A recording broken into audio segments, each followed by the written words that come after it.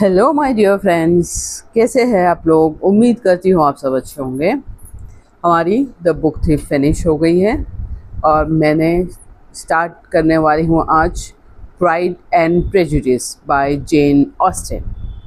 काफ़ी पुराना एडिशन है और मुझे ज़रूर से फॉलो करिए, लाइक शेयर और सब्सक्राइब करिए मेरे चैनल को। Thank you very much and we will start our next book, Pride and Prejudice, chapter number 1. It is a truth universally acknowledged that a single man is in a position of a good fortune must be in want of a wife. However, little known the feelings or views of such a man may be on his first entering a neighborhood. This truth is so well fixed in the minds of the surrounding families that he is considered as the rightful property of some one or other of their daughters. "My dear Mr. Bennet," said his lady to him one day, "have you heard that Netherfield Park is let at last?" Mr. Bennet replied that he had not. "But it is," returned she, "for Mrs. Long has just been here, and she told me all about it." Mr. Bennet made no answer. Do not you want to know who has taken it?" cried his wife impatiently. "You want to tell me, and I have no objection to hearing it. It was invitation enough. This was invitation enough. Why, my dear? You must know, Mrs. Long says that Netherfield is taken by a young man of large fortune from the north of England. That he came down on Monday in a chaise and four to see the place, and was so much delighted with it that he agreed with Mr. Morris immediately that he is to take possession before Michaelmas, and some of his servants are to be in the house by the end of the next week. What is his name? Bingley. Is he married or single?" "Oh, single, my dear, to be sure. A single man of large fortune, 4,000 or 5,000 a year. What a fine thing for our girls." "How so? How can it affect them?" "My dear Mr. Bennet," replied his wife, "how can you be so tiresome? You must know that I am thinking of his marrying one of them. Is that his design is settling here?"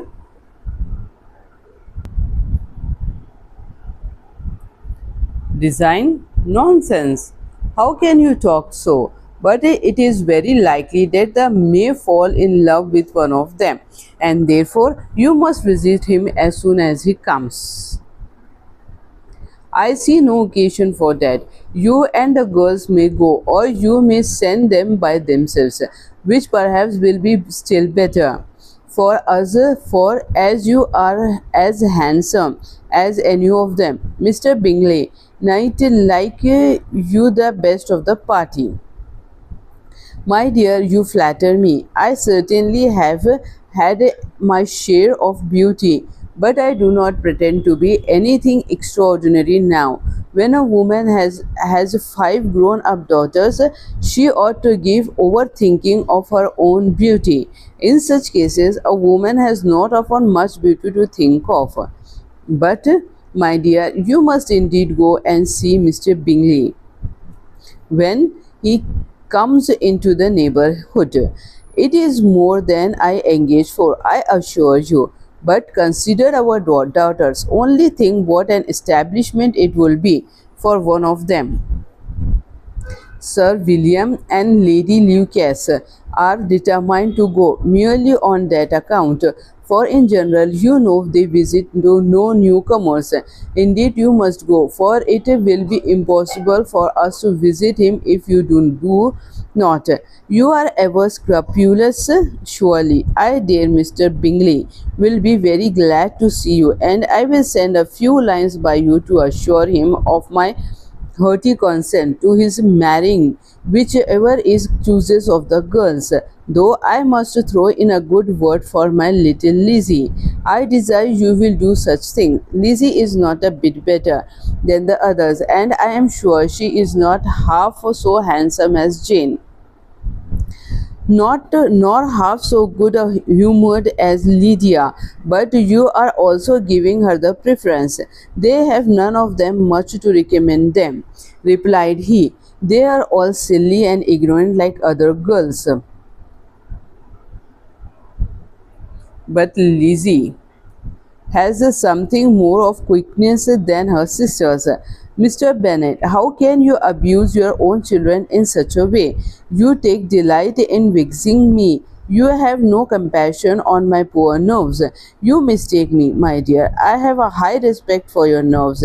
They are my old friends. I have heard you mention them with consideration these 20 years at least. Ah, you do not know what I suffer.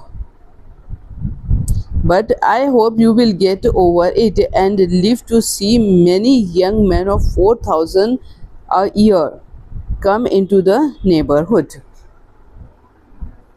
It will be